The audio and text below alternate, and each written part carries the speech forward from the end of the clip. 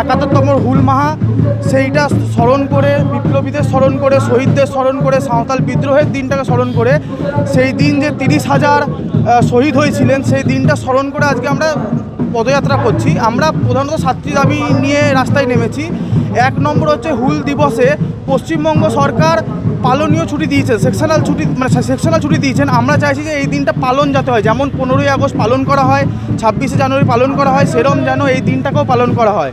2 নম্বর দাবি হচ্ছে একটা কলকাতায় রাস্তা করা আছে সিধু কানু ডাহারের নামে, কিন্তু সেখানে এখনও পর্যন্ত কোনো সিধু কানুর মূর্তি স্থাপন করা নেই। এখানে বিভিন্ন স্বাধীনতা সংগ্রামীদের মূর্তি রয়েছে, যেমন সুভাষচন্দ্র বসু, গান্ধী, সবার রয়েছে, বাট যারা এই স্বাধীনতার যুদ্ধটা শুরু করেছিলেন, যারা স্টার্ট করেছিলেন, তাদের কোনো মূর্তি নেই। সেই কারণে আমাদের 2 নম্বর দাবি হচ্ছে ওখানে যেন একটা সিধু কানুর পূর্ণ মূর্তি তৈরি করা হয়।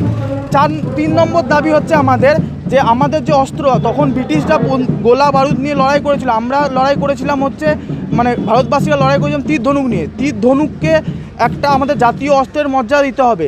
এইরকম আরও কয়েকটি বিষয় রয়েছে, যে বিষয়গুলো নিয়ে আমরা আজকে রাস্তায় নেমেছি। শুধু ম্যাক্সিমাম ছাত্রছাত্রী এবং যুবক যুবতীরা আজকে রাস্তায় নেমেছে, কলকাতার রাস্তায় বিভিন্ন জেলা থেকে এসছে আজকের এই দিনটা পালন করার জন্য বা আজকের এই দিনটা স্মরণ করানোর জন্য।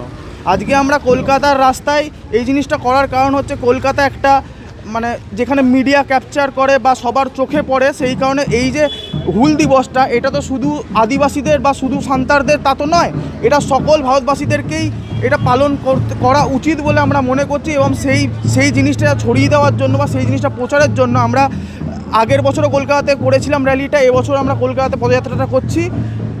যথেষ্ট ভিড় হয়েছে, আশা করছি সফল হবে। পদযাত্রাটা কলেজ স্কোয়ার থেকে শুরু হয়েছে, ক্যালকাটা ইউনিভার্সিটি গেট থেকে, এবং শেষ হবে সিধু কানু ডাহার ওয়াই চ্যানেলে, যেখানে সিধু কানু ডাহারের ফলকটা বসানো